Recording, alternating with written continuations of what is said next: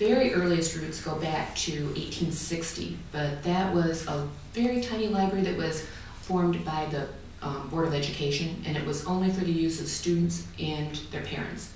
That existed just in, rented space, and it was only open one day a week.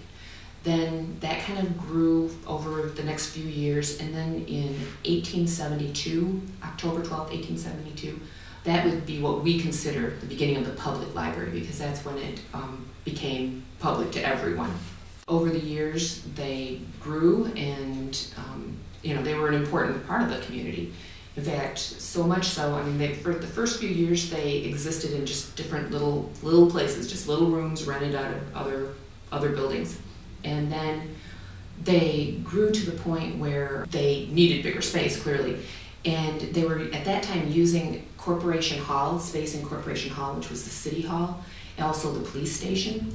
And Dr. Edwin Van Dusen and his wife, Dr. Van Dusen was the superintendent of the Michigan Asylum for the Insane, and it really bothered them to think of children going to the library and being in the same hallways with criminals who were at the police station. So he offered to donate $50,000 for the building of a new building. He wanted the school board to donate the land, and he would donate the money for the building. And so that was how we ended up with our first library building on this site. And the only remnants of that original building are the stained glass windows that we still have here. We have 3, but that original building had 81 stained glass windows.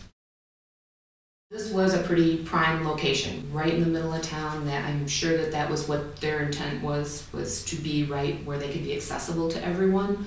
In fact, Dr. Van Dusen had 2 stipulations when he donated that money.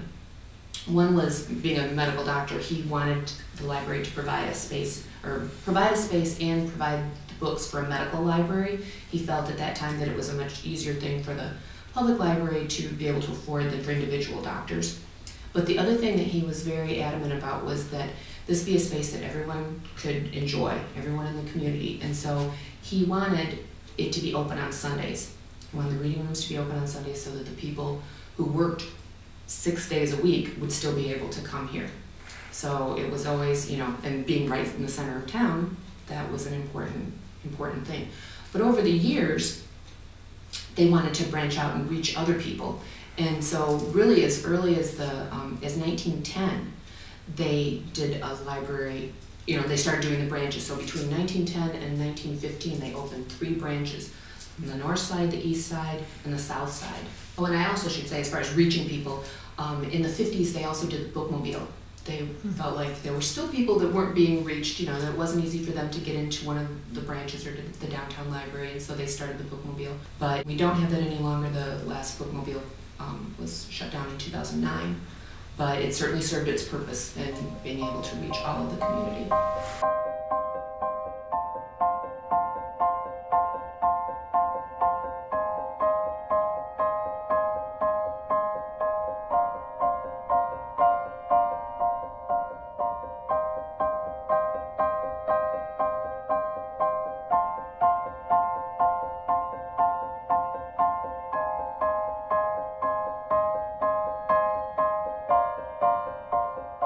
We started talking about it in the early 1990s, and the motivation was that the museum moved out. And the museum, now the Kalamazoo Valley Museum, was on the 2nd floor of the library. And they moved out, and that was the motivation to look at the library building and say, now what are we going to do with the space that the museum left? And we went from there to begin working with an architect about what we might do with the building, and went from there to, gee, let's think about a total renovation. We worked with an architect from Ann Arbor whose firm kind of specialized in libraries. And I'd say it was kind of just a collaboration and a discussion of what might our building look like, what would serve our community well. His creative ideas are reacting to those. and also community input. We had a whole series of community meetings for both the Central Library as well as our branches, heard what the community wanted, and the architect went away and came up with various plans, and we talked about it, and this is what we ended up with. But I do want to make one important point. It took, of course, community support. And we did have a special millage that funded the bonds that were used to pay for all 5 of our buildings that were renovated within about 5 years. We like to think it has several roles. I mean, one is a community meeting place. We do have public rooms. Groups can use those rooms, but of course we do a lot of programming, and so we think it brings the community here. But also a source of information. You know, we're all about reading, viewing, and listening, providing information, providing access to information, and our #1 priority is service to children and preschoolers. So we think that all that comes together in our buildings.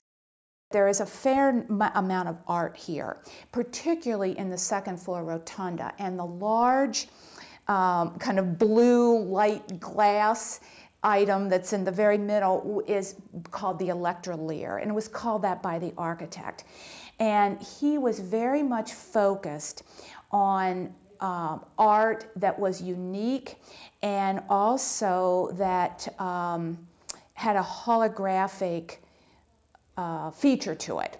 So the combination of the glass on the Electroleer and the panels that are around the skylight give rainbows. They're covered with holographic film, and they give beautiful rainbows on sunny days around our building. The holographic collar around the dome, or at the top of the dome, is where we get the inspiration for the logo of the library, which is kind of like a swoosh, not exactly the Nike swoosh, but kind of rainbow colors, and that's where that comes from. I still hear people in this community talk about their new library, and I still see people bring their out-of-town guests here to show them the library. And yet we've been open here well over 10 years. I mean, it's 15 years, and so it's not really new.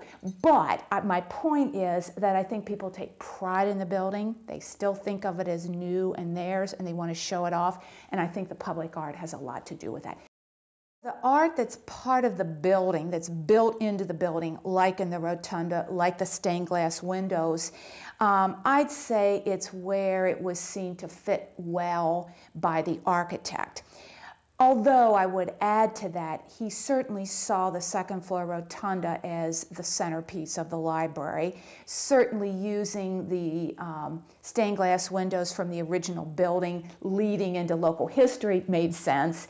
So I'd say it's kind of a combination. Now there is some other art around the building that we've added over the years. Paintings, photographs, things of that sort. And they all have a local connection, either a local artist or a local setting. And so we've gradually added those, just as you would if you build a house.